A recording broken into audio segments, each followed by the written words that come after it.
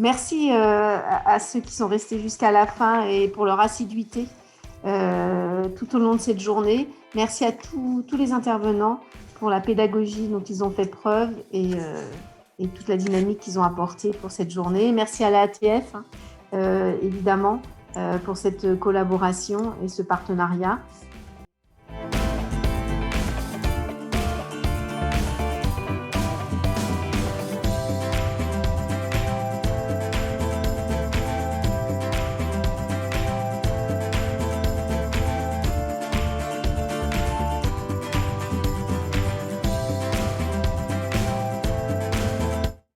Alors, en parallèle de ce recul de l'endettement, les collectivités ont abordé l'année 2020 avec un stock de trésorerie confortable.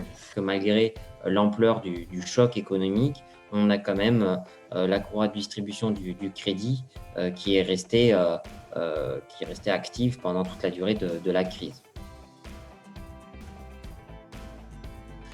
Ce qui est également en cours de discussion, c'est la prise en compte, comme pour Île-de-France Mobilité, d'un schéma d'avance pour compenser la perte de recettes commerciales. On peut effectivement envisager la résiliation, mais il faut anticiper et se poser la question, qu'est-ce qui se passe après? Quel mode de gestion on anticipe? Un déficit qui resterait important, il resterait à 6,7% du PIB l'année prochaine. Là aussi, il pourrait être amené à être revu. Là, cette réforme, elle n'a pas d'impact direct, mais elle recrée un risque potentiel sur de futures variables d'ajustement.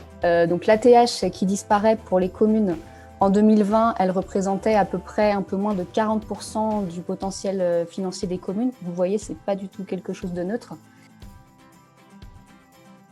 Cette baisse s'inscrit par rapport à l'année 2019 qui avait atteint un niveau record au-dessus du million de transactions annuelles.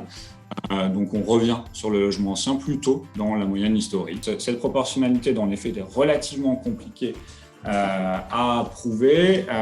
C'est peut-être un frein également à la mise en place de ces secteurs de taxes d'aménagement majorés.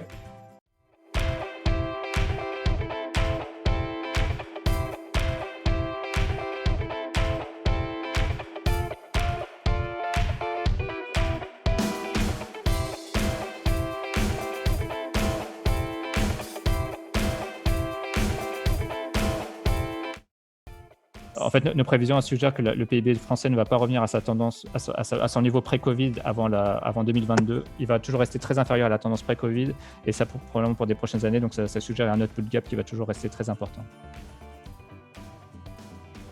Il s'agit d'un enjeu macroéconomique qui est devenu incontournable et qui va avoir des effets par capillarité sur l'ensemble des collectivités territoriales. Il y a 4 axes en fait qui ont été choisis fondamentalement.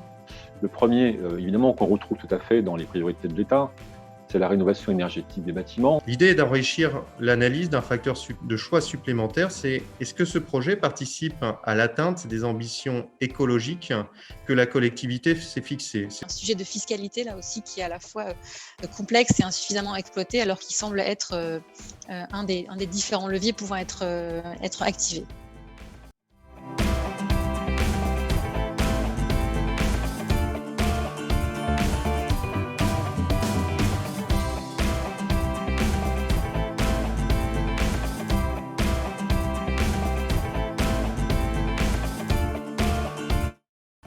Je vais passer la main à Elisabeth Paul qui a une question et ensuite Étienne Favre également.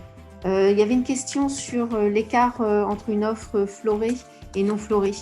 Je pense que c'est bien de le redire parce que là, il y a un vrai enjeu pour les banques et pour les collectivités. On a fait passer un petit sondage. Donc on s'aperçoit qu'il y a 50% à peu près des interlocuteurs qui ont été sollicités aujourd'hui pour la passation d'avenants. Il y a quand même une question.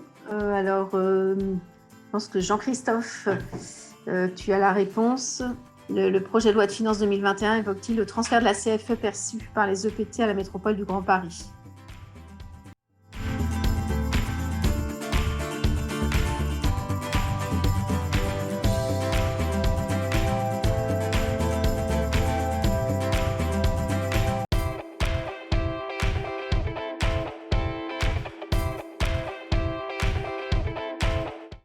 Je vous souhaite une très bonne fin de journée à tous et puis à très bientôt au quotidien, sur nos réseaux et dans nos échanges.